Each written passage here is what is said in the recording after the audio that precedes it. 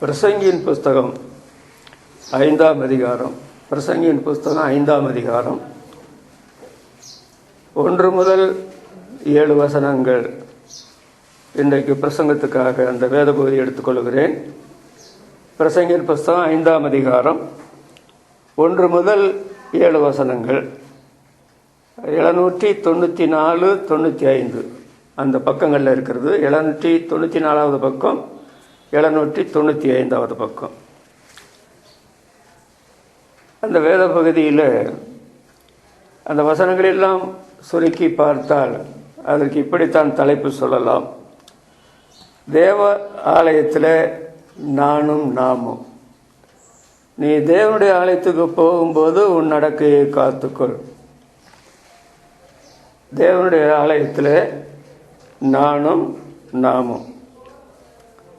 விசுவாசிகளான தேவனுடைய பிள்ளைகளுக்கு, அதில் புதிய ஏற்பாட்டில் மணவாட்டி சபையின் அங்கத்தினராய் சேர்ந்த தேவனுடைய பிள்ளைகளுக்கு ஆலயம் முக்கியமா இல்லையா என்று கேட்டால், ஆலயம் முக்கியம் என்பதை 1ஆம் நூற்றாண்டில் கர்த்தரால் தெரிந்து கொள்ளப்பட்ட தேவ ஜனங்கள் அதை முக்கியப்படுத்தி இருந்திருக்கிறார்கள் என்று தெரிகிறது. முதலாவது ஒரு 120 பேர் இருந்தார்கள். பரிசுத்த ஆவியானவர் வந்த பொழுது பேதுருடைய பிரசங்கத்தினாலே ஒரு 3000 பேர் சேர்த்து கொள்ளப்பட்டார்கள். அவர்கள் எல்லாரையும் பற்றி சொல்லப்பட்டிருக்கிற ஒரு வார்த்தை அப்போஸ்தலர் நடபடிகள் 2ஆம் அதிகாரம் 4ஆம் வசனத்தை நீங்கள் பார்த்தால், அவர்கள் தேவனுடைய ஆலயத்தில் அனுதினமும் தரித்திருந்து என்று எழுதப்பட்டிருக்கு. அவர்கள் ஒருமித்து தேவனுடைய ஆலயத்தில் தரித்திருந்தார்கள் என்று சொல்லப்பட்டிருக்கு. அங்கே சபையை பற்றி எல்லாம் அங்கே சொல்லப்பட்டிருக்கிறது. மனிதரால் கட்டப்பட்ட ஆலயத்தை பற்றி தான் நாம் பார்க்கிறோம். அந்த ஆலயத்தில் ஒருமித்து ஆலயத்தில் தரித்திருந்தார்கள். அப்போ அவர்கள் ஆலயத்தை முக்கியப்படுத்தி இருக்கிறார்கள் என்பது வசனத்தில் நாம் பார்க்கிறோம் இல்லையா? அதோடு அப்போஸ்தலர் நடபடிகள் 3ஆம் அதிகாரம் 1 வசனத்தில் ஜெபம் பண்ணும்படி 9ஆம் மணி வேளையில் பேதுரும் யோவானும் தேவனுடைய ஆலயத்துக்கு போனார் என்று சொல்லப்பட்டிருக்கிறது. அப்போ விசுவாசிகளும் தேவனுடைய ஊழியக்காரர்களும் 1ஆம் நூற்றாண்டில் அவர்கள் ஆலயத்தை முக்கியப்படுத்தி அதை பயன்படுத்தினார்கள் என்ற வரலாறு நாம் பார்க்கிறோம். இன்றைக்கு நம்மை போன்ற சபைகளில் நான் பல இடங்களில் போய் வந்திருக்கிறேன். ஆனால் விசுவாசிகளான தேவனுடைய பிள்ளைகள் ஆலயத்தை ஆலயமாக நினைக்கிறார்களா? அதை பராமரிக்கிறார்களா? அந்த ஆலயத்தை பற்றின ஒரு கௌரவம் அவர்களுக்கு இருக்கிறதா என்பதே ஒரு பெரிய கேள்விதான். தாவீது ஆலயத்தை எவ்வளவு முக்கியப்படுத்தினார் என்று பழைய ஏற்பாட்டில் நாம் பார்க்க முடியும். இந்த கட்டடம் இல்லை என்றால் நாம் எப்படி ஆண்டவரை ஆராதிக்க கூடுகிறது? அதனால் இது ஒரு முக்கியமான ஒரு இடம் அல்லவா ஆலயம். உலக மனுஷர்லே ஆலயத்தை பற்றி முக்கியப்படுத்துகிறாங்க.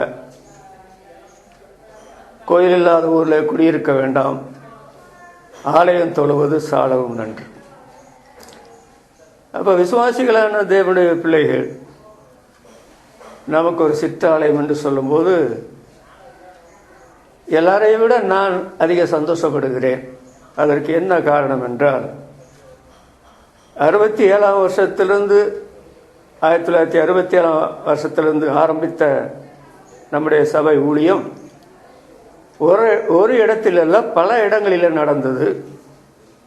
ஆண்டவர் தம்முடைய மிகுந்த கிருபையினால மிக குறைவான 60 ரூபா 100 ரூபாய்க்குள்ள வாடகைக்கும், சில இடங்களில் 1 வருஷம் வரைக்கும் 1 பைசா கொடுக்காமலும் ஆராதனை நடந்திருக்கிறது, கூட்டம் நடத்தியிருக்கிறோம். அதில் ஒரு இடம் விட்டு இன்னொரு இடத்துக்கெல்லாம் அந்த பொருள்களெல்லாம் தூக்கி கொண்டு போகிற விஷயம், அதில் பட்ட கஷ்டங்கள் எனக்கு தான் தெரியும். அதில் ஒரு முறை நான் நிறைய சுமந்து கொண்டு போகிறேன். ஒரு சபையில் இருந்த ஒரு சகோதரன் எனக்கு எதிர வந்து, நான் அடுத்த வாரத்திலிருந்து சபைக்கு வர மாட்டேன் அப்படின்ன உடனே என் மன நிலைமை என்ன இருந்திருக்குன்னு நினைக்கிறீங்க? சரி போயிட்டு வா சகோதரன் அனுப்பிட்டேன். அந்த சகோதரன் இங்கேருந்து போய் பொள்ளாச்சி சபையில் பெரிய மூப்பராகி, அங்கே சபையில் பெரிய ரகலை பண்ணி அந்த சபையை உடைக்கிற மாதிரி ஆகி அப்புறம் எங்கேயோ போய் தொலைஞ்சார். ஆனால் இன்றைக்கு நமக்கு இப்போ நான் ஒரு சபையும் சுமக்கலை, விருப்போட சுத்தப்படுத்துகிற மட்டும்தான் காரியங்கள் நடக்குது. எதுவும் இல்லாத தேவனுடைய பிள்ளைகள் இன்றைக்கும் இருக்கிறாங்க நம்ம போல சபைகளில். அதனால் நீங்கள் ஆலயத்தை ஆலயமாக உபயோகப்படுத்துங்கள், அதை குறித்து கௌரவமாக நினைத்து செயல்படுங்கள். இந்த 5ஆம் அதிகாரம் 1 முதல் 7 வசனம் வாசிக்கும்போது இதை 3 பகுதியாக பார்க்கலாம். அது என்னவென்றால், உன் நடையை காத்துக்கொள். எப்போ? தேவனுடைய ஆலயத்துக்கு போகும் பொழுது. அப்போ இதை இப்படி சொல்லலாம், நம்ம தான் இப்போ வந்திருக்கிறோமே, அதனால் நீ தேவனுடைய ஆலயத்துக்கு வரும்போது உன் நடக்கையை காத்துக்கொள், அப்படித்தான் இதற்கு சொல்ல வேண்டும். அப்போ இதில் முக்கியமாக சொல்லப்பட்டிருக்கிற அந்த முதல் வசனத்தில், நீ தேவனுடைய ஆலயத்துக்கு போகும்போது உன் நடக்கையை காத்துக்கொள், மூடர் பலியிடுகிறதை போல பலியிடுகிறதை பார்க்கிலும் செவி கொடுக்க சேர்வதே நலம், தாங்கள் செய்கிறது தீமை என்று அறியாதிருக்கிறார்கள். பலி என்ற ஒரு வார்த்தையை பார்க்கிறோம். இது விசுவாசிகளான தேவனுடைய பிள்ளைகள் நாம் செலுத்துகிற ஆராதனை பற்றி சொல்லக்கூடிய ஒரு வார்த்தை. அப்போ நீங்கள் தேவனுடைய ஆலயத்துக்கு வந்திருக்கும் பொழுது இந்த ஆராதனையை நீங்கள் எப்படி பயன்படுத்துகிறீர்கள், அதில் எப்படி கலந்து கொள்கிறீர்கள், அப்பொழுது உங்களுடைய நிலைமை என்ன, என்னுடைய நிலைமை என்ன, அதை நாம் பரிசோதிக்கிறதுக்கு முதலாவது ஆராதனை நடை அப்படி நான் சொல்ல விரும்புகிறேன்.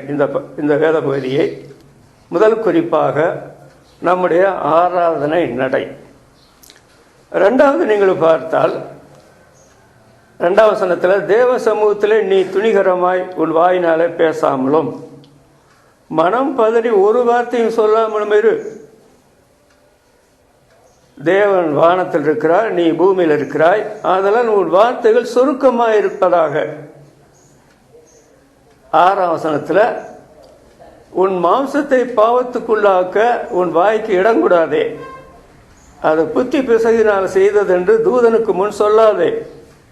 தேவன் உன் வார்த்தைகளினாலே கோபம் கொண்டு உன் கைகளின் கிரியை அழிப்பானே. அப்போ இந்த 2 வசனத்தை பார்க்கும்போது நமது பேச்சுவார்த்தை நடை, ஆலயத்துக்கு வருகிற தேவனுடைய பிள்ளைகள் முதலாவது நம்முடைய ஆராதனை நடையை சீர்தூக்கி பார்க்க வேண்டும். 2வது, ஆலயத்திற்கு வந்திருக்கிற தேவனுடைய பிள்ளைகள் எப்பொழுது ஆண்டவருடைய ஆலயத்துக்கு வந்தாலும் நம்முடைய ஆராதனை நடையை சரியாக இருக்கிறதா, 2வது நம்முடைய பேச்சுவார்த்தை நடை சரியாக இருக்கிறதா என்பதை வந்து நாம் ஆலயத்தில் இதை பயிற்சித்து வெளியில் போகும் பொழுது இந்த அனுபவத்தோடு வெளியில் போகணும். அடுத்த வாரம் நீங்கள் வரும்போது இந்த விதமான அனுபவத்தோடு நீங்கள் ஆலயத்தில் இருக்க வேண்டும். அதற்கு தான் இந்த வேத பகுதி எழுதப்பட்டிருக்கிறது. 3வது, 6ஆம் வசனத்தில் பார்க்கிறோம், உன் வார்த்தைகளினாலே தேவன் கோபம் கொண்டு உன் கைகளின் கிரியை அழிப்பானே. கைகளின் கிரியை என்று சொல்கிறது நாம் செய்கிற அலுவல். அதனால கைகளின் கிரியை நடை, இந்த 3ஐயும் நாம் பரிசோதனை செய்து இந்த ஆலயத்துக்குள்ள வந்து இருக்கும்போது பரிசோதனை செய்து இதை அனுபவமாக்கிக் கொள்கிறேன் என்ற தீர்மானம் எடுத்து நீங்கள் போனால் ஒவ்வொரு வாரமும் நீங்கள் தேவனுடைய ஆலயத்துக்கு போகும்போது வரும்போது அதாவது ஒவ்வொரு ஆராதனையும் உங்களுடைய வாழ்க்கையில் மிகப்பெரிய மாற்றத்தை உண்டாக்கும். அதாங்க உண்மை. ஆனால் ஏன் விசுவாசிகளாக மாற்றப்பட்டு பல வருடங்கள் கிறிஸ்தவ சபையில் இருக்கிறவர்கள் இந்த ஆலயத்திற்கு வந்தும் எந்த விதமான மாற்றம் இல்லாமல் இருக்கிறார்கள்? அவருடைய பலி சரியில்லை, அவருடைய பேச்சுவார்த்தை சரியில்லை, அவருடைய தொழில் காரியங்கள் சரியில்லை என்று சொன்னால் என்ன அர்த்தம்? இங்க என்ன சொல்லப்பட்டு, உன் நடையை காத்துக்கொள்கிறதுல அவங்களுக்கு அக்கறை கிடையாது, அதை பற்றி ஜாக்கிரதை கிடையாது. என்னமோ வர்றாங்க, கொஞ்ச நாள் நேரம் இருக்கிறாங்க, போறாங்க. இவங்களை யாராலும் மாற்ற முடியாது, என்னையும் யாராலும் மாற்ற முடியாது. அதனால ஆண்டவர் ஆலயத்தை உண்டு பண்ணதனுடைய மிகப்பெரிய நோக்கம், இப்ப நான் சபையை பற்றி பேசல, சபை என்பது விசுவாசிகளுடைய கூட்டம், ஆனால் நான் ஆலயத்தை பற்றி பேசுகிறேன். இந்த அனுபவம் இல்லை என்றால் இந்த ஆலயம் எதற்கு? இந்த ஆலயம் தேவைதானா? இந்த ஆலயத்தை இடித்து போடுங்கள் என்று ஆண்டவர் சொன்னார். தம்முடைய சரீரமான ஆலயத்தை பற்றி சொன்னார். அதே சமயத்தில் அவர் போன ஆலயத்தை இடிக்கவில்லையா எதிரிகள் வந்து? அதனால இந்த 3 குறிப்புகள் இந்த வேத பகுதியிலிருந்து உங்களுடைய கவனத்துக்கு கொண்டு வருகிறேன். நடையின் முக்கியத்தினுடைய அவசியம். நடை என்று சொன்னால் நம்முடைய வாழ்க்கையை குறிக்கும். நம்முடைய வாழ்க்கை ரொம்ப முக்கியமான ஒன்று என்பதை நாம் மறந்து போனாமா? சங்கீதம் 17:5 வாசித்தால், சங்கீதம் 17:5 என் நடைகளை உமது வழிகளில் ஸ்திரப்படுத்தும் அப்படி சொல்லி தாவீது ராஜா சொல்றார். என்னுடைய வாழ்க்கையை உம்முடைய வேத வசனத்தின் வெளிச்சத்தில் ஒழுங்குபடுத்தும் என்ற நிலைமையில தான் சங்கீதக்காரர் சொல்லுகிறார், என் நடைகளை உமது வழிகளில் ஸ்திரப்படுத்தும். நல்லா தானே கேட்கிறான் தாவீது. அதனால என்னுடைய வழிகளில், வேத வழிகளில் அவனுடைய வழிகளை ஸ்திரப்படுத்துவேன். அதுக்குத்தானே நம்ம ஜெபம் பண்றோம். ஜெபத்தை கேட்கிற தேவன் நம்முடைய வழிகளை ஸ்திரப்படுத்தாமல் இருப்பாரா? நிச்சயமாக ஸ்திரப்படுத்துவார். அப்படி ஜெபிக்கிற மக்கள் என்ன செய்வாங்க தெரியுமா? நீதிமொழிகள் 14ஆம் அதிகாரம் 15ஆம் வசனத்தை வாசிக்கும் போது, நீதிமொழிகள் 14:15 விவேகியோ தன் நடையின் மேல் கவனமாயிருக்கிறான். உண்மையாக ஜெபிக்கிற தேவனுடைய பிள்ளைகள் ஜெபிக்கிற காரியங்கள் தங்களுடைய அனுபவத்தில் கொண்டு வருவதற்காக, விவேகி என்று சொன்னால் விசுவாசிகள், அவங்க தங்களுடைய நடக்கையின் மேல கவனமா இருப்பாங்க. கிறிஸ்தவ வாழ்க்கை நடைக்கு ஒப்பிடப்பட்டிருக்கிறது.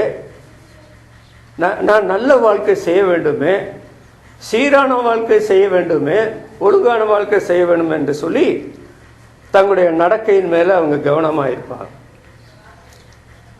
அப்படி கவனமா இருக்கிறான் என்று ஆண்டவர் கண்டால், நாம் யாரிடத்துல ஜெபித்தோமோ என்னுடைய நடையை உடைய வழிகளை ஸ்திரப்படுத்தும் என்று சொல்லி ஜெபித்த பிற்பாடு நம்முடைய நடக்கையை குறித்து நாம் கவனமுள்ளவர்களாக இருக்கிறோமே, அதனால ஆண்டவர் பரவாயில்ல, ஜெபிக்கிறான், அந்த நடையை பற்றி கவனமா இருக்கிறான், நல்ல ஜீவியம் செய்ய வேண்டும் என்ற ஆசை இருக்குது என்று உணர்ந்து ஆண்டவர் என்ன செய்கிறார்?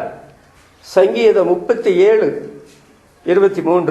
சங்கீதம் 37:23 நல்ல மனுஷனுடைய நடைகள் கர்த்தராலே உறுதிப்படுத்தப்படும். நல்ல மனுஷனுடைய நடைகள் கர்த்தராலே உறுதிப்படுத்தப்படும். பைபிள்ல நல்லவன் என்று பர்னபாவை பற்றி சொல்லப்பட்டிருக்கிறது, நல்லவன் என்று அனனியாவை பற்றி சொல்லப்பட்டிருக்கிறது. விசுவாசிகளாக மாறினவர்கள், கர்த்தர் நல்லவராயிற்றே, நாம் கெட்டவர்களா எப்படி இருக்க முடியும்? நாம நல்லவர்களாகத்தான் இருக்க முடியும். அப்படிப்பட்டவருடைய நடையை ஆண்டவர் உறுதிப்படுத்துகிறார் என்று சொன்னால், நம்முடைய நடக்கையை ஆண்டவர் சரிப்படுத்தி மற்றவர்கள் நல்ல வாழ்க்கை செய்ய முடியாமல் தவிக்கும் போது, நாம் நல்ல வாழ்க்கை, நேரான வாழ்க்கை, ஒழுங்கான வாழ்க்கை செய்கிறதுக்கு ஆண்டவர் நம்முடைய வாழ்க்கையை உறுதிப்படுத்துகிறார், ஒழுங்குபடுத்துகிறார். நம்முடைய ஜெபத்தை கேட்காதவர், நம்முடைய வாழ்க்கையை ஒழுங்குபடுத்தாதவர் நமக்கு தேவைதானா? அவர் இதோ ஆலயத்திலும் பெரியவர், தேவாலயத்திலும் பெரியவர் இங்கே இருக்கிறார் என்று சொன்னாரே, அப்புறம் நம்மை பற்றி கூட சொல்லப்பட்டிருக்கிறது, உங்களுடைய சரீரமானது நீங்கள் தேவனால பெற்ற ஆலயமாக இருக்கிறது, நீங்கள் தேவனுடைய ஆலயமாக இருக்கிறீர்கள் என்று சொல்லப்பட்டிருக்குது. அப்ப ஆண்டவர் ஆலயம், நாம் ஆலயம், இங்கே கூடியிருக்கிற கட்டடம் ஆலயமா இருக்கிறது. எப்படியும் வாழலாமா? நம்முடைய வாழ்க்கையில் ஒரு மாற்றம் இல்லை என்று சொன்னால் நம்ம விசுவாசிகளா? அதனால நடைமுறை வாழ்க்கை என்பது ரொம்ப ரொம்ப ரொம்ப ரொம்ப முக்கியம். பெண்களா இருந்தாலும் சரி, ஆண்களா இருந்தாலும் சரி, வாலிபரா இருந்தாலும் சரி, நீ தேவனுடைய ஆலயத்துக்கு போகும்போது, நீ தேவனுடைய ஆலயத்துக்கு வரும்போது உன் நடக்கையை காத்துக்கொள், அப்படி சொல்லப்பட்டிருக்கு இல்லையா? அதனால நம்முடைய நடக்கையை நான் ஒரு முறை கூட ஒவ்வொரு ஞாயிற்றுக்கிழமையிலும் ஆலயத்துக்கு வரும்போது நம்முடைய நடக்கையை சீர்தூக்கி பார்க்க வேண்டும். என்னுடைய நடக்கை எப்படி? கர்த்தருடைய ஜெபத்தை கேட்டு நடக்கை உறுதிப்படுத்தி இருக்கிறாரா? பவுல் என்ன சொல்லுகிறார்? தன்னுடைய ஊழியக்காரரோடு சேர்ந்து எங்களுடைய புறம்பான மனுஷனானது அழிந்தும் உள்ளான மனுஷனானது நாளுக்கு நாள் புதுப்பிக்கப்படுகிறது. ஆவியா இருக்கிற கர்த்தரால் அந்த சாயலாக தானே மகிமை மேல் மகிமை அடைந்து மறுரூபமாகிறோம். கர்த்தரே ஆவியானவர். ஆண்டவருக்கு என்ன வேலை? அவருடைய பிள்ளைகளான நாம் ஆலயத்தை நேசித்து வரும்பொழுது அவர்கள் கர்த்தருடைய ஆலயத்துக்கு போகும் வாருங்கள் என்று சொன்னபோது மகிழ்ச்சியா இருந்தேன். அவருடைய வாழ்க்கையை ஆண்டவர் ஒழுங்குபடுத்தினதுனால்தான் தாவீது மிகப்பெரிய தேவனுடைய மனுஷனாக, தேவனுடைய இதயத்துக்கு ஏற்றவனாக அறியப்பட்டான். அங்க பாருங்கள், நீ தேவனுடைய ஆலயத்துக்கு போகும்போது உன் நடக்கையை காத்துக்கொள். மூடர் பலியிடுவதை போல பலியிடுவதை பார்க்கலும் செவி கொடுக்க சேருவதே நலம், தாங்கள் செய்கிறது தீமை என்று அறியாதிருக்கிறார்களே. இது பேருக்கு மக்களை பற்றி சொன்ன ஒரு வார்த்தை. அவங்க மூடரா இருக்கிறாங்க, தாங்கள் செய்கிறது தீமைன்னு கூட தெரியல, பலியிடுறாங்க. வாழ்க்கைக்கும் அந்த பலிக்கும் ஒரு சம்மந்தம் கிடையாது. வாழ்க்கை மாற்றப்படாத ஒரு பலி செலுத்துகிற காரியம். அவங்களுக்கு என்ன மனசுல ஒரு பெரிய திருப்தி. ஆனால் ஆண்டவர் சொல்லுகிறார் அது தீமை. அந்த மாதிரி மூடர் பலியிடுவதை போல நீ பலியிடாதே அப்படி சொல்லிக்குது. நாம் ஆராதனைக்காக கொடுக்கிற சந்தர்ப்பத்தில் 1 கொரிந்தியர் 5ஆம் அதிகாரம், 1 கொரிந்தியர் 11ஆம் அதிகாரத்தில் ஆராதனையை பற்றி என்ன சொல்லப்பட்டிருக்கிறது? அதாவது துப்புரவு உண்மை என்கிற புளிப்பில்லாத அப்பத்தோட சேரக்கடவோம். அப்போ புளிப்பு உள்ள அப்பத்தோடு சேரப்படாது. துப்புரவு உண்மை என்கிற புளிப்பில்லாத அப்பத்தோட சேரக்கடவோம். துப்புரவு பணியாளர்கள் வால்பாறையில் இல்லை என்றால் வால்பாறை நாரி போகாதா? அப்ப இன்றைக்கு உலகத்துல நாரின உலகமா இருக்குது. இந்த நாரின உலகத்தை நாராமல் காப்பாற்றுகிறது யாரு? நீங்கள் நானும் துப்புரவு பணியாளர்களை போல செயல்பட வேண்டியவர்கள். நம்மளை பரிசுத்தப்படுத்திக் கொள்ளணும், மற்றவங்களையும் பரிசுத்தப்படுத்தணும். இல்லைன்னா நம்மளும் நாரி போவோம், உலகமும் நாரும். மூடர் பலியிடுவது போல பலியிடாதே. 1 கொரிந்தியர் 11ஆம் அதிகாரத்தில் பார்க்கிறோம், எந்த மனுஷனும் தன்னைத்தானே சோதித்தறிந்து இந்த அப்பத்தில் புசித்து இந்த பாத்திரத்தில் பானம் பண்ண கிடவன். சோதித்து அறியாதவன் அங்க என்ன சொல்றது? அவன் கர்த்தருடைய சரீரத்தை குறித்தும் ரத்தத்தை குறித்தும் குற்றமுள்ளவனாயிருப்பான். அந்த பெரிய சபையான கொரிந்து சபை அவங்க தங்களை தாங்களே பரிசோதனை பண்ணினாங்களா? அப்படி பண்ணி இருந்தால் அங்க எழுதப்பட்டிருக்கிற காரியம், உங்களிலே அநேகர் பலவீனரும் அநேகர் வியாதி உள்ளவர்களும் அநேகர் நெத்திரில செத்த போயிட்டாங்க. சபையில ஆலயத்துக்குள்ள பிரவேசித்து ஆண்டவருடைய ஆலய ஆராதனையில் கலந்து கொண்ட தேவனுடைய பிள்ளைகள் அவங்க அநேகர் பலவீனர் ஆயிட்டாங்க. இந்த பலவீனம் மாற மாட்டேங்குது. அநேகர் வியாதி பிடிச்சவங்களா போயிட்டாங்க, இந்த வியாதி மாற மாட்டேங்குது. செத்து போயிட்டாங்க, அவங்களை எழுப்ப முடியாது. ஆண்டவர் எழுப்ப அனுமதிக்க மாட்டார். அவங்க செத்தது நல்லதுதான், போய் தொலையிட்டு அப்படின்னு நினைச்சாரா? அந்த சபை பெரிய சபை, இருந்த சபை கடைசியில் பார்த்தா கழுத தேஞ்சு கட்டரும்பானது மாதிரி எண்ணிக்கையில குறைஞ்ச சபையா போனதுக்கு என்ன காரணம்?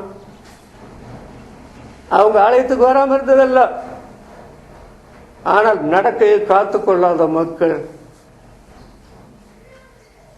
அதாவது புளிப்பில்லாத அப்பத்தோட பண்டிகை ஆசரிக்க வேண்டும் என்ற எண்ணம் இல்லாதவங்க, துப்புரவை பற்றி எண்ணம் இல்லாதவங்க, உண்மையை பற்றி எண்ணம் இல்லாதவங்க, இவங்க கூடி எவ்வளவு பேர் ஆராதிச்சு என்ன பிரயோஜனம்?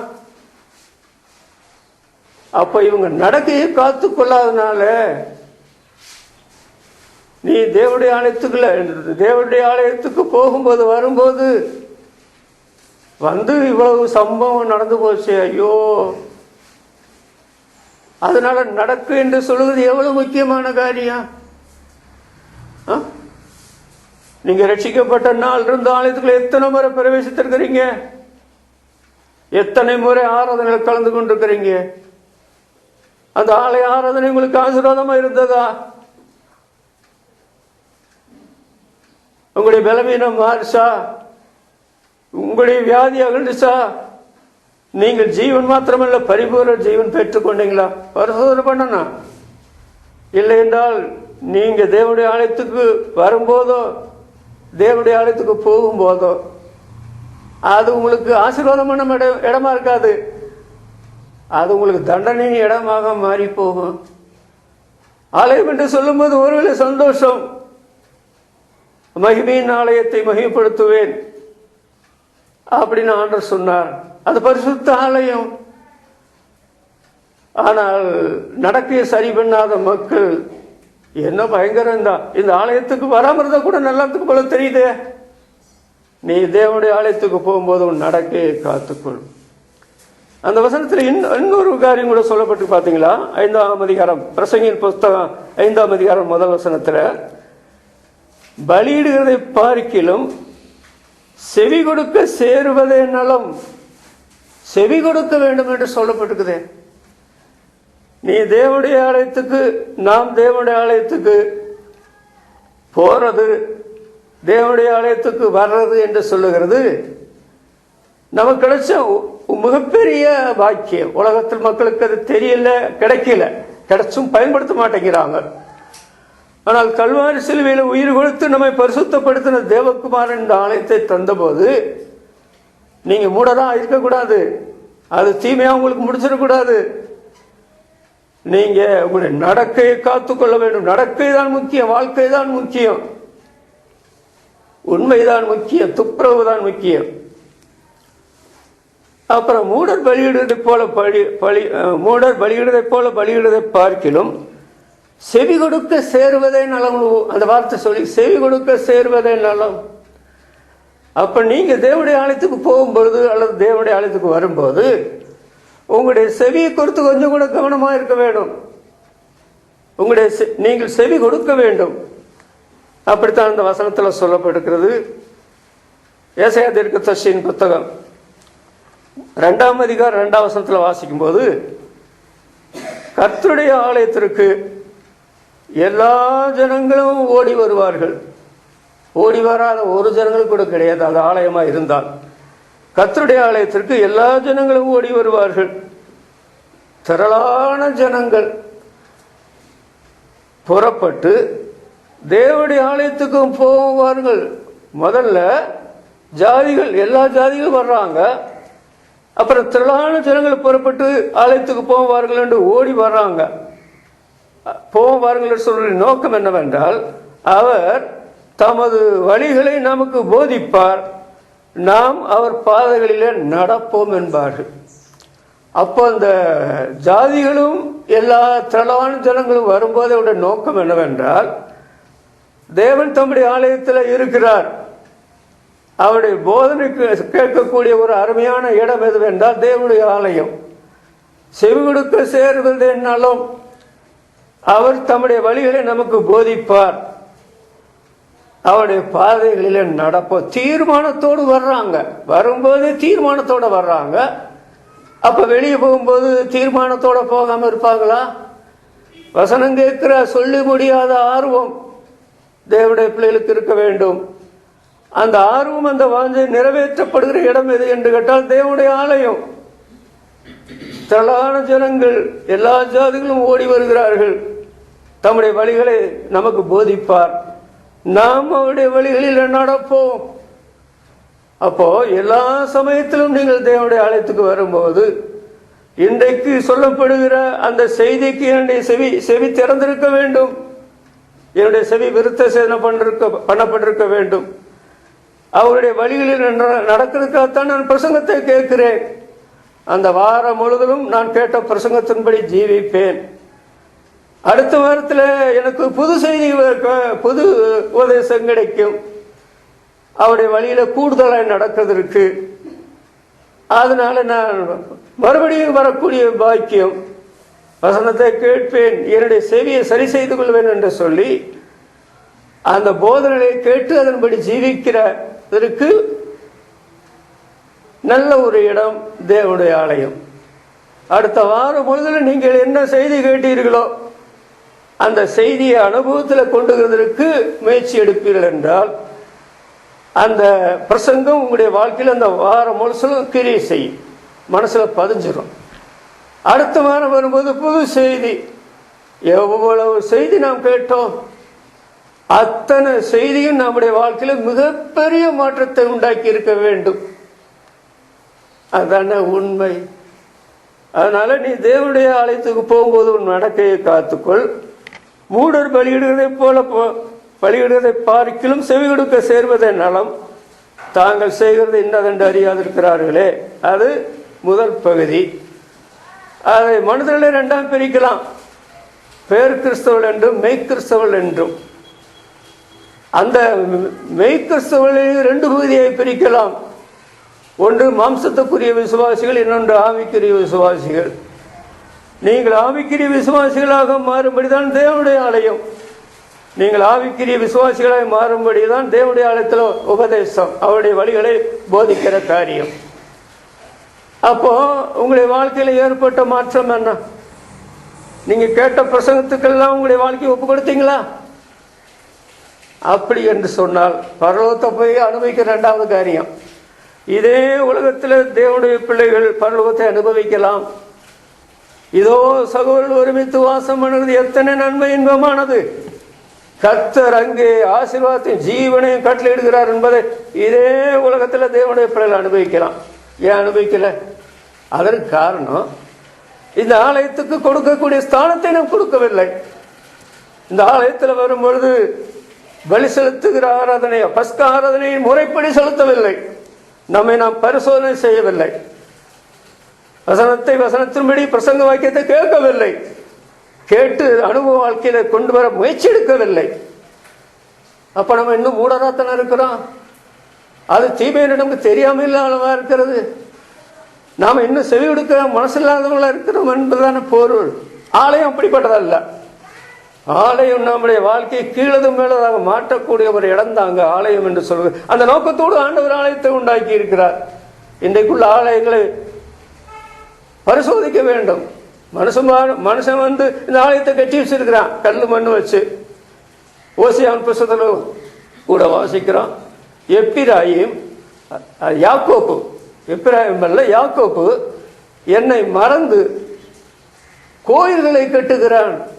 எத்தனை கோயில்? பலவிதமான கோயில். என்னை மறந்து கோயில்களை கட்டுகிறான். அந்த கோயில் நடத்துறாங்க, அது பிரயோஜனமற்ற கோயில்கள். அதுல வேற மனுஷன் கூட குடியிருந்திருக்கலாம். ஏன் அதை தேவனுடைய ஆலயமா வச்சிருந்தாங்க? அப்ப ஆலயம் என்று சொல்வது மனுஷனுடைய வாழ்க்கையை மாற்றக்கூடிய ஒரு இடம். இரண்டாவது, முதலாவது ஆராதனை நடை. நீ ஆலயத்துக்கு போகும்போது வரும்போது உன் நடையை காத்துக்கொள். இரண்டாவது பேச்சுவார்த்தை நடை. அங்க என்ன வாசிக்கிறோம் பாத்தீங்களா? தேவன் வானத்தில் இருக்கிறார், நாம் பூமியில் இருக்கிறோம். அப்ப நமக்கு அவருக்குள்ள தூரத்தை பார்த்தீங்களா? அவர் வானத்தில் இருக்கிறார், நாம் பூமியில் இருக்கிறோம். பயங்கரமான தூரம். அந்த தூரத்தில் தான் நாம் இந்த தேவனுடைய ஆலயத்துக்குள்ளே வர்றோம், தேவனுடைய ஆலயத்துக்கு போகிறோம். நம்முடைய வார்த்தைகள் எப்படி இருக்க வேண்டும் என்று சொல்லப்பட்டிருக்கிறது. உன்னுடைய வார்த்தைகள் சுருக்கமாக இருப்பதாக. முதல் உலக புகழ் பெற்ற எவனும் கட்ட முடியாத ஆலயத்தை கட்டின சாலமோன் ராஜா அந்த ஆலயத்தை பிரதிஷ்டை செய்யும் பொழுது அவர் செய்த நீண்ட ஜெபத்தை நீங்கள் பார்த்தால், ஆண்டவரே, பலவிதமான பிரச்சனை உள்ள மக்கள் ஆலயத்துக்கு வருவார்கள். நீ பரலோகத்திலிருந்து இந்த மக்களுடைய பிரச்சனைகளை நீ கேட்டு தான் சொன்னார். தவிர பல முறை சொல்றார், பரலோகத்தில் இருக்கிற நீர் கேட்டு அப்படின்னு சொல்லி. நாம் புதிய ஏற்பாட்டை படிக்கும் போது இம்மானுவேலர் நம்மோடு இருக்கிறார். அவரே சொன்னார், இதை உலகத்தின் முடிவு இருந்த சகல நாட்கள் உங்களுடன் கூட இருக்கிறேன். அது சத்தியம்தான். அதே போன்ற ஒரு சத்தியம் என்னவென்றால், தேவன் வானத்தில் இருக்கிறார், நீ பூமியில் இருக்கிற, உனக்கு அவருக்குள்ள தூரத்தை பார். அவ்வளவு தூரமாயிருந்தாலும் அவர் என்ன செய்கிறார்? உன்னுடைய வார்த்தைகளை கவனிக்கிறார். உன்னுடைய வார்த்தைகள் எப்படி இருக்கணும் தெரியுமா? சுருக்கமா இருக்க வேண்டும். வளவளன்னு பேசக்கூடாது. வாய்ச்சாளவன் நீதிமானா இருப்பானா என்று யோபன் புத்தகத்தில் கேள்வி எழுப்பப்பட்டிருக்கிறது. சொற்கள் மிகுதினால பாவம் இல்லாமற் போகாது. தன்னுடைய வாயை விரிவா திறக்கிறவன் கலக்கம் அடைவான். அவனவன் வார்த்தையே அவனவனுக்கு பாரமாயிருக்கும். அதனால நீ உன் வார்த்தைகள் சுருக்கமா இருக்க வேண்டும் என்று சொல்றாரு. இந்த வார்த்தையின் சுருக்கத்துக்கு நீங்கள் நானும் அறிந்து கொள்ள வேண்டிய ஒரு காரியம் என்னவென்றால், ஒன்று, இந்த ஆலயத்தை கவனிக்கக்கூடிய ஒரு தேவன் பரலோகத்திலிருக்கிறார். அப்புறம் நீங்க வாசிங்கன்னா 6ஆம் வசனத்துல, உன் மாம்சத்தை பாவத்துக்குள்ளாக்க உன் வாய்க்கு இடங்கூடாதே, அது புத்தி பிசையினால செய்தது என்று தூதனுக்கு முன் சொல்லாதே. அப்ப ஆலயத்திற்கு வரும்போதும் ஆலயத்துக்குள்ள பிரவேசிக்கும் போதும், இங்க நீ தேவனுடைய ஆலயத்துக்கு போகும்போதும் சொல்லியிருக்கு, நம்ம வந்துட்டோம். வரும்போதும் ஒன்று தேவன் பரலோகத்திலிருந்து கொண்டு கவனிக்கிறார், இன்னொன்று புத்தி பிசையினால செய்தது என்று தூதனுக்கு முன்னால சொல்லாதுன்னா தூதனும் இதை கவனிக்கிறான். நம்முடைய ஆண்டவர் இயேசு சொல்லும்போது, அவரவருக்குரிய தேவ தூதர்கள் பரலோகத்தில் என் பிதாவை எப்பொழுதுமே தரிசிக்கிறார்கள். அப்ப ஜான் முத்துசாமிக்கு என்று ஒரு தேவ தூதன் உண்டு. என்னுடைய காரியங்கள் எல்லாம் பரலோகத்தில் கொண்டு சொல்லிக்கொண்டே இருக்கிறான் 24 hours. அதுலேயும் முக்கியமான காரியம் என்னவென்றால், இந்த ஆலயத்தை ஆண்டவர் முக்கியப்படுத்தி இருக்கிறாரே. இந்த ஜான் முத்துசாமி ஆலயத்தில் என்ன எப்படி பேசுகிறான், எப்படி நடந்து கொள்கிறான், அதை அந்த மனுஷன் அந்த தூதன் கவனிக்கிறார். அப்போ நம்முடைய வார்த்தைகள் சுருக்கமாக இருக்கிறதுக்கு இந்த 2 தரிசனம் வேண்டும். ஒன்று தேவன் கவனிக்கிறார். கர்த்தர் சொன்னார் சுவிசேஷ நாட்கள்ல, மனுஷர் பேசுகிற வீண் வார்த்தைகள் யாவையும் குறித்து, நல்ல வார்த்தை அல்ல, வீண் வார்த்தைகள் யாவையும் குறித்து ஒன்று விடாமல் நியாய தீர்ப்பின் நாளில் கணக்கு சொல்ல வேண்டும். நமக்கு நித்தியமான நியாய தீர்ப்பு இல்லை, ஆனால் கிறிஸ்துவின் நியாயசனம் இருக்கிறது. அதுல நம்முடைய வார்த்தைகளை குறித்து நாம் கணக்கு சொல்ல வேண்டியவர்களா இருக்கிறோம் என்று பயந்து, ஆலயத்துக்கு நீ போகும்போது, ஆலயத்துக்கு நீ வரும்போது, உன் நடக்கை, உன் வார்த்தைகள் சுருக்கமாக இருப்பதாக. இந்த வார்த்தை சுருக்கமாக இருக்கிறதுக்கு தடை என்ன தெரியுமா? அந்த 2ஆம் வசனத்துல, மனம் அதாவது நீ துணிகரமாய் உன் வாயினால பேசாமல், ஒன்று துணிகரம், 2வது மனம் பதறி ஒரு வார்த்தையும் சொல்லாமல், ஒன்று துணிகரம், 2வது மனம் பதஷ்டம். விசுவாசிகளுக்கு எதற்கு துணிகரம்? விசுவாசிகளுக்கு எதற்கு மன பதஷ்டம்? துணிகரமும் வேண்டாம், மன பதஷ்டமும் வேண்டாம். யாருக்கு துணிகரம் இல்லையோ, யாருக்கு பதஷ்டம் இல்லையோ, அவங்களுடைய வார்த்தை ஷார்ட் அண்ட் ஸ்வீட் என்று சொல்லுவாங்க. சுருக்கமாக தான் பேசுவாங்க, வளவளன்னு பேச மாட்டாங்க. நான் பலவேறு பெண்களுடைய வாழ்க்கையை கவனிச்சிருக்கேங்க. பெண்கள் தான் அதிகமாக பேசுகிறாங்க. நான் கிட்டத்தட்ட மனுஷர் மத்தியில் ஊழியத்துக்கு வந்த பிற்பாடு, அதற்கு முந்தையெல்லாம் நான் மனுஷர்கிட்ட அவ்வளோ பழக மாட்டேன், தனியாக தான் இருக்க விரும்புவேன். விசுவாச இடத்துலையும் மனுஷரிடத்துலையும் பழகிட்டேன். பெண்கள் தான் அதிகமாக பேசுகிறாங்க. நான் சொல்கிறேன், நல்ல காரியத்தை பேசுங்க. முதல் தரிசனமான ஆண்டவர் இயேசு முதலாம் மரியாளுக்கு தரிசனமானார். அவங்க தான் சீக்கிரமாக அந்த செய்தியை கொண்டு போவாங்கன்னு தெரியும், அது பேசலாம். ஆனால் அவசியம் இல்லாத பேச்சு எதற்கு? அப்போ உங்களுக்கு ஆலயத்தை பற்றி வழங்கலையா? உபதேசத்தை பற்றி வழங்கலையா? தேவனை பற்றி வழங்கலையா? தேவதூனை பற்றி வழங்கலையா? அதனால துணிகரமாக அது மனப்பதஷ்டமாக. ஆகவே தேவன் கோபம் கொண்டு அப்படின்னு சொல்லியிருக்குதே, ஆண்டவர் கோபப்படுகிற இடமா சபை, ஆலயம்? ஆண்டவர் தம்முடைய அன்பு முழுவதையும் காண்பிக்கிற ஒரு இடம் பூலோகத்தில் உண்டானால் அது இந்த ஆலயம் தாங்க. அங்கதானே தேவனுடைய பிள்ளைகள் கூடுறாங்களே, மற்றவங்களும் கூட மாட்டேங்கிற தேவனை அசுத்தம் பண்றாங்களே. அப்புறம் இந்த தேவனுடைய ஆலயம் தீமை உள்ள இடமா? இல்லையே, இது தீமை உள்ள இடம் அல்ல. அப்படித்தான் பைபிள் வாசிக்கிறோம். நட பிசகுள்ள இடம் இல்லை. அவர் என்ன சபை அந்த ஆலயத்துக்கெல்லாம் போற அவர் நட நல்லா இல்லையே, அப்ப நீங்க போறது ஆலயம் அல்ல. ஆலயத்துக்கு போகிற மக்களுடைய வாழ்க்கையில நட சரியா இருக்கும், பேச்சுவார்த்தைகள் சரியா இருக்கும். என்னோட உன் வார்த்தையினால கோபம் கொண்டு உன் கைகளின் கிரியை அழிப்பானேன்னு சொல்லியிருக்குதே. ஆண்டவர் கோபப்படுத்துற இடமாங்க ஆலயம். ஆண்டவர் இது இவங்க தீமை செய்யறாங்கன்னு சொல்லி ஆலயத்தை பற்றி சொல்லக்கூடாது. என்னுடைய மக்கள் ஆலயத்தில் படித்து நல்ல காரியத்தான் செய்வாங்க, தீமை செய்ய மாட்டாங்க. என்னுடைய மக்கள் சுருக்கமாக தான் பேசுவாங்க, ஆலயத்துக்கு வர்றவங்க சுருக்கமாக தான் பேசுவாங்க, அவளோட பேச மாட்டாங்க. நான் அவங்க மேல ஏன் கோவப்படணும்? தீமை என்று ஏன் அவங்கள பற்றி சொல்லணும்? அவங்க ஆராதனை சரியில்லைன்னு ஏன் சொல்லணும்? அவங்களோட பேச்சுவார்த்தை சரியில்லைன்னு ஏன் சொல்லணும்? அவங்க தான் ஆலயத்தில் சரியான நிலைமை வந்துட்டு போறாங்களே அப்படின்னு ஆண்டவர் நம்மளை பற்றி சந்தோஷப்பட வேண்டும். ஆண்டவர் கோபப்படுத்துகிற இடம் அல்ல. மூன்றாவது, அந்த 6ஆம் வசனத்தில் பாருங்கள், உன் மாம்சத்தை பாவத்துக்குள்ளாக்க உன் வாய்க்கு இடம் கூடாதே, அதை புத்தி பிசையினால் செய்ததென்று தூதனுக்கு முன்னால சொல்லாதே, தேவன் உன் வார்த்தையினால் கோபம் கொண்டு உன் கைகளின் கிரி அழிப்பானேன். கைகளின் கிரி என்று சொல்லியிருக்குதே. 128 சங்கீதம் 3ஆம் வசனத்தை நீங்க பார்த்தீங்கன்னா, நீ உன் கைகளின் பிரயாசத்தை சாப்பிடுவாய் அப்படின்னு சொல்லியிருக்குதே. நம்முடைய ஆராதனை நடை சரியா இருக்க வேண்டும், நம்முடைய பேச்சுவார்த்தை நடை சரியா இருக்க வேண்டும். அந்த வார்த்தை என்று சொல்லும் போது பார்த்தீங்களா, 3ஆம் வசனத்தில் தொல்லையின் திரட்சியினால சொப்பனம் பிறக்கிறதை போல வார்த்தைகளின் திரட்சியினால சொப்பனம் பிறக்கிறது அப்படின்னு சொல்லி, அநேக வார்த்தைகள் 7ஆம் வசனத்தில் வியர்த்தமாயிருக்கும். அநேக சொப்பனங்கள் மாயா இருக்கிறது போல அநேக வார்த்தைகள் வியர்த்தமாயிருக்கும். அப்ப வார்த்தையை கர்த்தர் கொடுத்த நோக்கம் வியர்த்தமாக இருக்கா கொடுக்கல. அந்த வார்த்தை மூடனா ஆகிருக்கா, அந்த வார்த்தையை நம்ம கொடுக்கல. அதனால வார்த்தை பற்றி தேவனுடைய பிள்ளைகள் கவனமா இருக்கணும். ஆலயத்துக்கு வர்றவங்க, ஆலயத்துக்குள்ள பிரவேசிக்கிறவங்க. அப்புறம் என்ன வாசிக்கிறேன் என்றால், உன் கைகளின் கிரியை அழிப்பானேன் அப்படின்னு சொன்னா, கையின் மூலமாகத்தான் நாம் தொழில் செய்கிறோம், உத்தியோகம் செய்கிறோம், ஊழியம் செய்கிறோம், வியாபாரம் செய்கிறோம் இல்லையா? இதெல்லாம் எதற்குன்னு சொன்னா, அதற்கு பவுல் அப்போஸ்தலன் விளக்க சொல்றார். எபேசியர் 4ஆம் அதிகாரத்தில், திருடுகிறவன் இனி திருடாமல், சில வேளையில் ரட்சிக்கப்படுறதுக்கு முந்தைய திருட்டு பத்தி இருந்திருக்கும், எனக்கு இருந்திருக்கு. ஆனால் இனி திருட முடியாது. அதோட நிறுத்திக்கலாமா?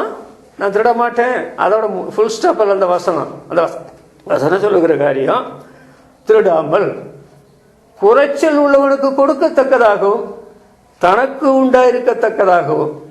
நீங்க ஒன்றும் மற்றவங்களுக்கு குறைச்சல் கொடுக்கணும், உங்களுக்கு இருக்கணும், கொடுக்கத்தக்கதாக நலமான வேலைகளை செய்து. எல்லா வேலையும் செய்யக்கூடாது. பண்டிகையை வாங்கி மேய்க்க சொல்லி வித்து அதுல பணத்தை உண்டாகக்கூடாது. நலமான வேலைகளை செய்ய கடவன், பிரயாசப்பட கடவன் என்று சொல்லப்படுகிறது. அதனால நீங்க பைபிள் வசனத்தை படிச்சா தொழில், உத்தியோகம், ஊழியம், அதாவது அலுவல், உத்தியோகம் சொல்ல அலுவல் சொல்லி வியாபாரம், ஊழியம் இதெல்லாம் நமக்கும் நம்முடைய குடும்பத்துக்கும் நம்முடைய சபைக்கும் நம்முடைய சமுதாயத்திற்கும் இது அவசியம் என்று உணர்ந்ததுனாலதான் ஆண்டவர் இந்த காரியங்களை நமக்கு அழகாய் ஒழுங்குபடுத்தியிருக்கிறார். தொழிலை எப்படி செய்யணும், வியாபாரத்தை எப்படி செய்யணும், ஊழியத்தை எப்படி செய்யணும் சொல்லி பைபிள்ல சட்டங்கள் விளக்கமாக சொல்லியிருக்கிறார். நீங்க ஒரு காரியத்தை செய்யும் போது பைபிள் இதை பற்றி என்ன சொல்லி இருக்குன்னு சொல்லி தெளிவா படிச்ச பிற்பாடு தான் ஒரு தொழில் ஆரம்பிக்கணும். இத படிச்ச பிற்பாடு சரியான ஒரு உத்தியோகத்தை ஆரம்பிக்கணும். இதை சரியா படிச்ச பிற்பாடு தான் நீங்க ஊழியத்தை கூட ஆரம்பிக்கணும். நீங்க பைபிளை ஒழுங்கா படிக்காம ஒரு தொழில் ஆரம்பிச்சா, ஒரு ஊழியத்தை ஆரம்பிச்சா, ஒரு உத்தியோகத்தை ஆரம்பிச்சா, ஒரு வியாபாரத்தை ஆரம்பிச்சா, உலக மக்கள் கசாமசாம் பண்ற மாதிரி நீங்களும் பண்ணி நீங்க ஆலயத்துக்குள்ள பிரவேசிக்கும் போதும் ஆலயத்தை விட்டு வெளியில போகும்போது வரும்போது உங்களுடைய வாழ்க்கையில் ஒரு வித்தியாசம் இல்லாதபடி இந்த கைகளின் கிரியையே உங்களுக்கு தேவன் தண்டனை கொடுக்கக்கூடிய நிலையில கொண்டு போய் விட்டுரும். அதுதான் பயங்கரமா இருக்கு. அதனால நம்முடைய கைகளின் கிரியைகளின் நடை இருக்கு பாத்தீங்களா, விசுவாசிகள் மக்கள், இது உலக மக்களுக்குள்ள உபதேசம் அல்ல, விசுவாசிகளான தேவனுடைய பிள்ளைகளுக்கு மாத்திரம் உள்ள உபதேசம் தான். ஆனா தேவனுடைய பிள்ளைகள் அல்லாதவங்க தேவனுடைய பிள்ளைகளாக மாறி வர வேண்டும் என்றால் அவங்களுக்கு ஒரு புது உபதேசம் சொல்லிக் கொடுக்க முடியாது, இதே உபதேசத்தை சொல்லிக் கொடுக்க முடியும். அந்த உபதேசம் என்னவென்றால், நீங்க உங்களுடைய கைகளின் கிரிகளை பரிசோதனை பண்ணி பார்க்கணும். நான் கைகளின் கிரிகளை சரியாத்தான் செய்யறேன்னா, உங்களுடைய கைகள் எல்லாம் ரத்தத்தினால கரைப்பட்டிருக்கிறது அப்படின்னு இஸ்ரவேல் மக்களுக்கு சொன்னார். அந்த ஒரு பரிசுத்தவான் என்று சொல்றவன் இந்த அநியாயத்துக்கு தன்னுடைய கைகளை, அதாவது கைகளை உதற வேண்டும் என்று சொல்லப்படும், லஞ்சத்துக்கு தன்னுடைய கைகளை உதற வேண்டும் என்று சொல்லியிருக்கு. அதனால நம்முடைய கைகளின் கிரிகளின் நடை இருக்குது இல்லையா, நீ ஆலயத்துக்கு போகும்போது அல்லது ஆலயத்துக்கு வரும்போது ஒவ்வொரு நாள் வாழ்க்கையில் நான் எப்படி ஊழியத்தை செய்கிறேன், எப்படி வியாபாரத்தை செய்கிறேன், எப்படி என்னுடைய தொழிலை செய்கிறேன், அது நான் அப்படி செய்யறதுக்கு காரணம் நான் போய் தேவனுடைய ஆலயத்தில் படிப்படையெல்லாம் படிச்சிருக்கிறேன். இதற்கு வித்தியாசம் ஒரு காரியத்தையும் செய்ய மாட்டேன், அப்படித்தான் செய்வேன் சொல்லி நீங்க தீர்மானிக்கணும். 2 தீமோத்தேயு 2:4 பவுல் என்ன சொல்றாருன்னு சொன்னா, தன்னில சேவம் பண்ணும்படி எழுதி கொண்ட எவனும் பிழைப்புக்கு அடுத்த அளவு, அதாவது தன்னை சேவகம் எழுதி கொண்டவனுக்கு ஏற்றவனாயிருக்கும்படிக்கு அவன் பிழைப்புக்கு அடுத்த அலுவலில் சிக்கிக் கொள்ள மாட்டான் என்று பவுல் சொல்றார். நாம பரம எஜமான ஆகிய நம்முடைய ஆண்டவர் இயேசுவுக்கு சேவகம் பண்ண எழுதி ஒப்பந்தம் பண்ணிட்டோம். அப்ப நீங்களும் நான் என்ன செய்ய வேண்டும் என்றால், பிழைப்புக்கு அடுத்த அலுவலில் சிக்கிக் கொள்ளக்கூடாது. அப்படின்னா என்ன அர்த்தம்? அதாவது அமெரிக்காவில் எத்தனையோ ஜனாதிபதிகளை கண்டிருக்கிறது. ஆபிரகாம் லிங்கனை போன்ற ஒரு ஜனாதிபதி இதுவரைக்கும் யாரும் கண்டதில்லை. ஆபிரகாம் லிங்கன் அருமையான விசுவாசி, தேவனுடைய மனுஷன். பைபிள் வசனத்துக்கு வித்தியாசம் ஒரு காரியத்தையும் செய்ய மாட்டார். காலையில் 5 மணிலிருந்து 6 மணி வரை ஜெபம் பண்ணாமல் வேதம் படிக்காமல் ஒரு காரியத்தில் ஈடுபட மாட்டார். அப்ப என்னன்னா, பிழைப்புக்கு அடுத்த அளவில் அவர் சிக்கவில்லையே. அப்போ அமெரிக்காவை ஆளுகிறதுக்கு எவ்வளவு பெரிய பொறுப்பு அவருடைய கையில் இருந்திருக்க முடியும். ஆவிக்குரிய வாழ்க்கைக்கு எந்த பாதிப்பு ஏற்படவில்லை அல்லவா? யோபுக்கு எவ்வளவு திரளான ஆஸ்திகள் இருந்தது, பெரிய குடும்பஸ்தன். ஆனால் அந்த அளவுக்கு ஆவிக்குரிய காரியத்தை நீங்க பார்த்தீங்கன்னா, சமத்துவம் என்று சொல்லுகிற அளவுக்கு, பிரியமானவனே உன் ஆத்மா வாழ்கிறது போல நீ எல்லாவற்றிலும் வாழ்ந்து சுகமாயிரு அப்படி என்று சொல்வதை போல யோபு உலகத்திலும் சார்ந்து கொள்ளவில்லை. அதே சமயத்தில் கர்த்தரிடத்தில் நீங்காத உறவுள்ளவனாக தான தர்மம் செய்வதில் பெரிய நிலைமையில செய்தான் என்று பைபிள்ல சொல்லப்படுகிறது. அதனால உத்தியோகம் அலுவல் என்று சொல்ல தடை கிடையாதுங்க. ஆனால் அநேகருடைய வாழ்க்கையில அலுவலில் சிக்கி கிடக்கிறாங்க. இவங்களுக்கு எது முக்கியம் என்று கேட்டால் அலுவல்தான் முக்கியம், ஆவிக்கிற வாழ்க்கை முக்கியம் அல்ல, 2ஆம் தரம். அப்படியா? என்னுடைய தொழில் செருப்பு தைக்கிற தொழில். ஒருவேளை இந்தியாவில் அவமானம் எண்ணுவாங்க, வெளிநாட்டில் அவமானம் எண்ண மாட்டாங்க. வில்லியம் கேரி வந்த உடனே அவங்களுக்கு சுவிசேஷம் சொல்லுவார். ஒருத்தனுக்கு கோபமே வந்து போச்சு. நான் காசு கொடுத்து செருப்பு தைக்க சொல்கிறேன், நீ என்ன மதத்தில் ஆளுகளை சேர்க்கறது சுவிசேஷம் சொல்லிட்டு இருக்கிறேன். அவர் என்ன சொன்னார் தெரியுமா? நான் சுவிசேஷம் சொல்றதுக்கு தான் இந்த செருப்பு தைக்கிற தொழில் செய்கிறேன். இதை எவ்வளோ சீக்கிரமாக எவ்வளோ சுத்தமாக செய்ய முடியுமோ செய்து கையில் கொடுக்குறேன். ஆனால் நான் சுவிசேஷம் சொல்லித்தாவே. அவரை ஆண்டவர் இந்தியாவுக்கு மிஷினரி அனுப்பினார். அதாவது அவர் மூலமாக நிறைய பேர் ஆண்டவரை ரட்சகராக ஏற்றுக்கொண்டாங்க, வில்லியம் கேரியின் மூலமாக. அப்போ நீங்க தேவனுடைய ஆலயத்துக்கு பிரவேசிக்கிறீங்களே, தேவனுடைய ஆலயத்துக்கு வர்றீங்களே, உங்க தொழில் மூலமா எத்தனை பேரை கர்த்தருக்கு ஆதாயப்படுத்துறீங்க? உங்க தொழில் வாழ்க்கையில் உங்களுடைய ஜெபம் எப்படி, உங்களுடைய வேதவாசியம் எப்படி? பாருங்க, ஒரு 4 மாசம் எங்கேயுமே பிரயாணம் பண்ண முடியாது, யாருக்கும் சுவிசேஷம் சொல்ல முடியாது, யார்ட்டையும் பேச முடியாது, பிரசங்கம் கேட்க முடியாது. இந்த இதில் பதிவு பண்ண செய்தியை இந்த 4 மாசத்துல 150 பிரசங்கம் கேட்டுக்கிறேன். ஏன்னா நான் திறமையாக பேசிட்டேன்னு கேட்டேன்னு நினைக்கிறீங்களா? நான் ஒன்றும் திறமையாக பேசலைங்க, பேச தெரியாதவன். என்னுடைய ஆவிக்குரிய வாழ்க்கையை நான் சரி பண்ணி கொள்றதுக்கு நான் என்ன செய்யறது? அந்த பிரசங்கத்தை நான் போட்டு கேட்டேன். உங்கள்கிட்ட செல்லு இருக்குது இல்லையா? எத்தனை பிரசங்கத்தை போட்டு கேட்டீங்க? எத்தனை முறை ஆலயத்துக்கு வந்தீங்க? நீங்க இங்க உட்கார்ந்து இருக்கும் போது உங்களுடைய சரீரம் களைச்சு போய் சிந்தனை, மனுஷ சரித்த சிந்தனை எங்க பிரசங்கம் கேட்ட மாதிரி தெரியாது. இந்த பிரசங்கத்தை மறுபடியும் போய் கேட்டு பாருங்க, புதுசா அந்த பிரசங்கம் செய்யற மாதிரி கேட்டு உங்களுக்கு தெரியும். நான் அதெல்லாம் சொல்லியிருக்கேன் பல முறை. உங்களுக்கு கேட்க வாஞ்சே கிடையாது, கேட்க ஆர்வம் கிடையாது. உங்களுக்கு தொழில் முக்கியம், குடும்பம் முக்கியம், உலகம் முக்கியம், அப்படித்தான் வாழ்றீங்க. அப்ப ஆலயத்துக்கு வந்து என்ன பிரயோஜனம்? நடக்கையை காத்துக்கொள். தேவனுடைய ஆலயத்துக்கு போகும்போது ஆராதனை முறையை ஒழுங்குபடுத்து. 2வது பேச்சு காரியங்களை ஒழுங்குபடுத்து. 3வது தொழில் உடைய அலுவலக காரியத்தை ஒழுங்குபடுத்து. அப்படித்தான் சொல்லணும். அப்புறம் நம்ம என்ன பார்க்கிறோம் என்றால், வியாபாரம் என்று சொல்லும்போது ஓசியா தீர்க்கதரிசன புஸ்தகம் 11ஆம் அதிகாரம் 7ஆம் வசனம் 8ஆம் வசனம் வாசிங்கன்னா, அதாவது எப்பிராயிம் நல்ல மனுஷன் தான் உலக ரீதியில், அவனை எப்படி கைவிடுவேன், அவனை எப்படி அந்த பட்டணத்தை போல அழிப்பேன் என்று சொல்றார். அவனை சிறு வயதிலிருந்து கைபிடித்து நடக்க பழக்கினேன்னு சொல்றார். ஆனா அவன் செய்த காரியத்தை பாருங்க, கள்ளத்தராசு அவன் கையில் இருக்கிறது, அநியாயம் செய்ய விரும்புகிறான்.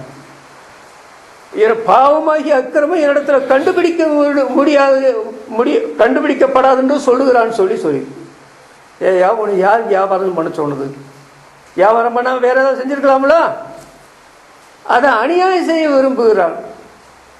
அது அக்கிரமாகிய பாவத்தை அதன் மூலமாகவும் செய்கிறான். கொஞ்சம் கூட உணர்வு இல்லாம என்ன சொல்றான்? இந்த பாவமாகிய அக்கிரமம் கண்டுபிடிக்கப்படுவதில்லை. மனுஷன் கண்டுபிடிக்க முடியாம இருப்பான், ஆண்டவர் கண்டுபிடிக்க முடியாம இருப்பாரா? இந்த தேவதூதன் கண்டுபிடிக்காம இருப்பாரா?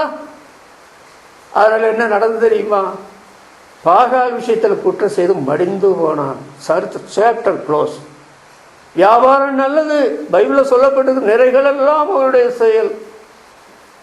உண்டான எந்த அதிகாரமும் தேவனால உண்டானது, தொழில் கூட தேவனால உண்டானது, உத்தியோகம் கூட தேவனால உண்டானது.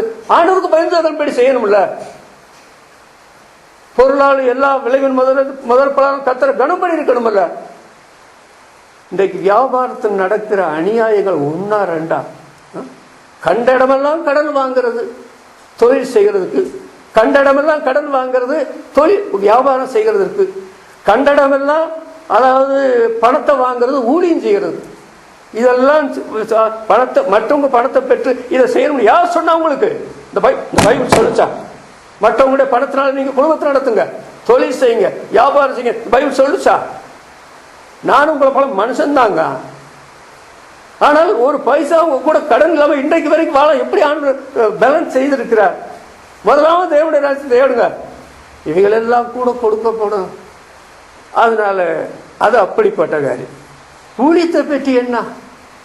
இன்றைக்கு ஊழியத்தில் நடக்கிற அநியாயங்கள் போல அரசியல் வட்டாரத்தில் என்ன சொல்றது, மத்திய அரசாங்கம் மாநில அரசாங்கம் சொல்றாங்க பாத்தீங்களா? அங்க இருக்கிற அந்த மந்திரிகள், எம்எல்ஏக்கள், அப்புறம் இந்த ஆபீஸில் உள்ள அதிகாரிகள் செய்கிற அந்த காரியத்தை பார்த்தா லஞ்சமோ லஞ்சம். பணம் இல்லாதபடி வாழ முடியாது. பணத்தை எவனிடத்தில் அதாவது எவனவனத்தில் பணத்தை பறிக்க முடியுமா? நாகரிக கொள்ளையும் அநாகரிக கொள்ளையும் அப்படிப்பட்ட காரியம் உலகத்தில் நடக்குது என்று வேதனைப்படுகிறோம். அந்த மனதில் மாற்றவே முடியாது. ஆனால் தேவனுடைய திருச்சபையிலேயே அதை மாற்ற முடியலையே. இது இந்த ஆலயத்தில் வருகிற மக்களுடைய வாழ்க்கையில் அதை மாற்ற முடியவில்லையே. அதற்கு என்ன காரணம்? அந்த ஆலயமா இல்லை அவருடைய வாழ்க்கையில். அப்படிதான் ஒரே வார்த்தையில் சொல்லுவேன். பாருங்க, 109 சங்கீதம் 7 பார்க்கிறோம். அவனுடைய ஜபம் பாவமாக கிடந்தது. யாருடைய ஜபம்? யூதாஸ் காரியத்தினுடைய ஜபம் பாவமாக கிடந்தது. விசுவாசிகளான தேவனுடைய பிள்ளைகள், உங்களுடைய ஆராதனை நடைய ஒழுங்குபடுத்தாம, உங்களுடைய பேச்சு நடைய ஒழுங்குபடுத்தாம, உங்களுடைய கைகளின் கிரிகளுடைய நடைய ஒழுங்குபடுத்தாம நீங்க செய்கிற ஜபம், அதாவது பாவமாக போகும், சாவமாக போகும். அவன் ஜபம் பாவமாக கடவுள். அவன் செய்த பாவம் என்ன தெரியுமா? அப்போஸ்தலர் நடவடிக்கைகள் 1 பாருங்க. அவன் அனிதத்தின் கூலியினாலே ஒரு நிலத்தை சம்பாதித்து, அப்பா நீ நிலத்தை சம்பாதிக்கிறதுக்கு ஆலயம் அவனுக்கு ஒரு புகலிடம், நீ நிலத்தை சம்பாதிக்கிறதுக்கு சபையா ஒரு புகலிடம். அவனுடைய முடிவு எப்படி இருந்தது? தலைகீழ விழுந்தான், வயிறு வெடித்து குடல் சரிந்து எருசலேமில் இருக்கிற எல்லாருக்கும் தெரிய வந்தது. அவனுடைய உத்தியோகத்தை வேறொரு பெறக்கடவன்.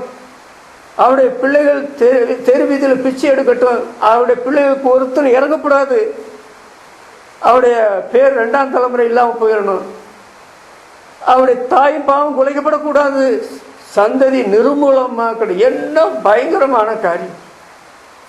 அது அவனுக்கு மாத்திரமா? பிலிப்பியர்கள் 3 அதிகாரம் 18 19 பாருங்க, அங்க என்ன எழுதியிருக்குது? நான் அநேகம் தரம் கண்ணீரோடு சொன்னேன், அவர் சிலுவைக்கு பகைஞர் என்று அநேகம் தரம் கண்ணீரோட சொன்னேன். அவர்கள் பூமிக்குரிய காரியங்களுக்காக வாழுகிறார்கள். அதாவது அவருடைய தேவன் வயிறு, அவருடைய முடிவு அழிவு. அப்படின்னா பணத்தை உண்டாக்குறதுக்கு லகுவான இடம் எது என்று கேட்டால் சபை, ஆலயம். இன்றைக்கு ஆலயத்தில் நடக்கிற கொள்ளைகள் எவ்வளவு, சபைகளில் நடக்கிற கொள்ளைகள் எவ்வளவு பயங்கரம் இல்லையா? தேவனுடைய நியாய தீர்ப்போடு வீட்டில் துவங்கும் காலமாய், முந்தி துவங்கும் காலமாய் இருக்கிறது. அது நம்மிடத்தில் துவங்கினால் சுவிசேஷத்திற்கு இப்படி அவருடைய முடிவு என்னவா இருக்கும்? நீதிமான ரட்சிக்கப்படுவது அரிதானால் பக்தி இல்லாதவனும் பாவி எங்கே நிற்பான்? நீதிமானுக்கு பூமியில சரி கட்டப்படுமே, பாவி துன்மார்க்கனுக்கு பாவிக்கு எத்தனை அதிகம் என்று சொல்லப்படும். நம்மளைத்தாங்க முதல்ல மாதிரியா வச்சிருக்கிறார். எந்த விஷயத்திலும் பயப்படுங்க, நடுங்குங்க. விசுவாசி ஆயிட்ட உடனே ஆலயத்துக்கு வரக்கூடிய சிலாக்கியம் கிடைச்சுட்ட உடனே எப்படி நடக்கலாம், எப்படி வாழலாம், எப்படி நான் ஆலயத்துக்கு வந்துட்டு போவேன், எப்படி சபையில இருந்து கொண்ட சபையின் அங்கத்திற்கு பெருமாறாட்டுவேன்னு சொன்னா இது கதைக்காகாது. ஆண்டரை ஏமாற்ற முடியாது, தூதனை ஏமாற்ற முடியாது. அதனால நீ தேவனுடைய ஆலயத்துக்கு போகும்போது உன் நடக்கையை காத்துக்கொள். இனி நம்முடைய ஆராதனை ஒழுங்குமுறை எப்படி இருக்கும்? இனி நம்முடைய ஆராதனை இதே வால்பாறையில் இந்த ஆலயத்தினுடைய ஆராதனை ஒழுங்குமுறை எப்படி இருக்கும்? போன காலத்தில் நான் அதை கொஞ்சம் லூஸாக விட்டுட்டாங்க.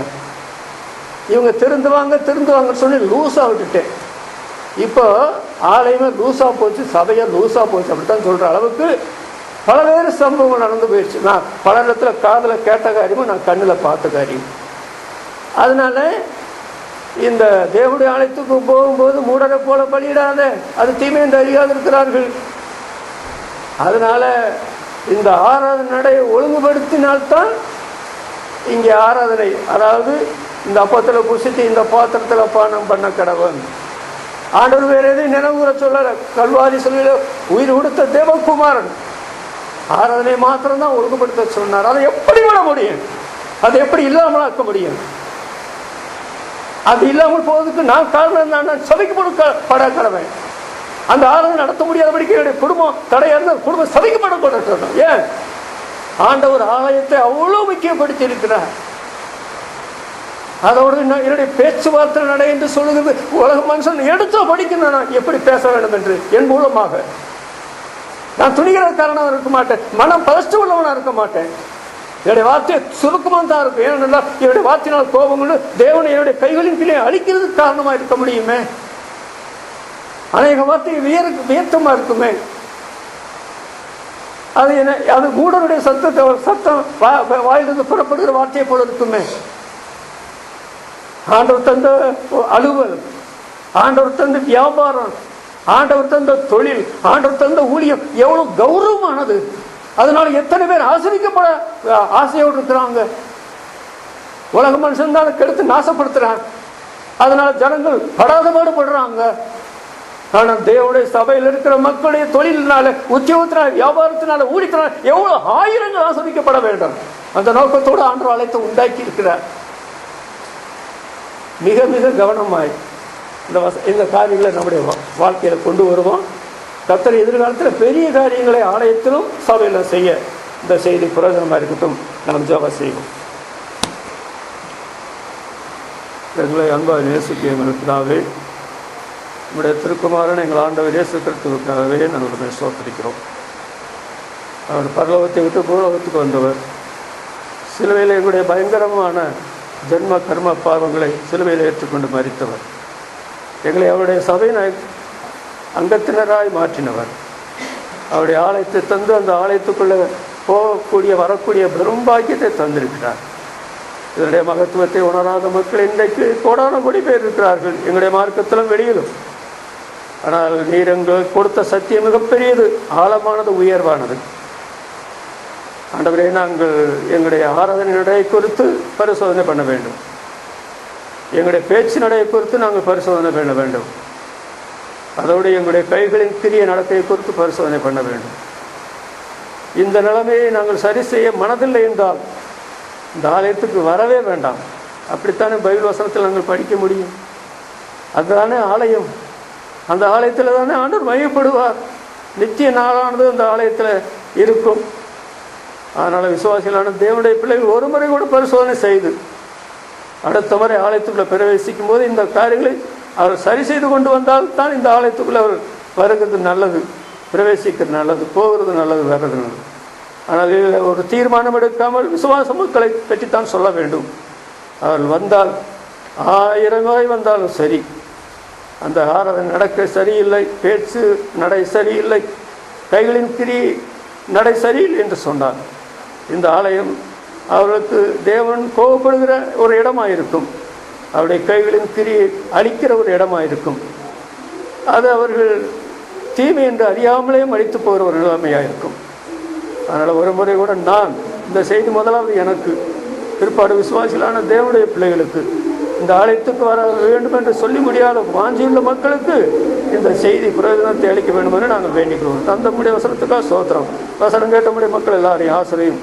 ஆண்டவரே, நீர் வர தாமதித்தால் மரணம் எங்களுக்கு சமூகியாதிருந்தால் இந்த கொரோனா தொற்று ஒழிந்து, ஆண்டவரே, சபையில் இருக்கிற எல்லா குறைபாடுகளும், ஆலயத்துக்கு வருகிற மக்களுடைய எல்லா குறைபாடுகளும் ஒழிந்து நாங்கள் ஒரு புதிய சிருஷ்டி என்ற நிலைமையில் நாங்கள் வந்து கர்த்தரை தொழுது கொள்ள, அதனால கூட நாம் கூடுதலாக மேம்பட அப்படிப்பட்ட அதிசயமான காரியத்தை செய்வீராக. எங்களுக்கு அதிசயம் அல்ல, ஆனால் எங்களுக்கு தான் அதிசயம், அது உமக்கு அதிசயம் அல்ல. ஆண்டவரே, நீர் அதை செய்வீராக. நீ செய்ய போகிறதுக்கான உலகை ஸ்தோத்தரிக்கிறோம், துதிக்கிறோம். மீட்பர் நாமத்தில் வேண்டுகிறோம் பிதாவே, ஆமென். என் ஆத்மாவே கர்த்தரை ஸ்தோத்திரி, என் மூலம் உள்ள அமேவிட பிரசனத்தை ஸ்தோத்திரி, என் ஆத்மாவே கர்த்தரை ஸ்தோத்திரி, அவர் செய்த சகல உபகாரங்களையும் மறவாதே. ஆமென்.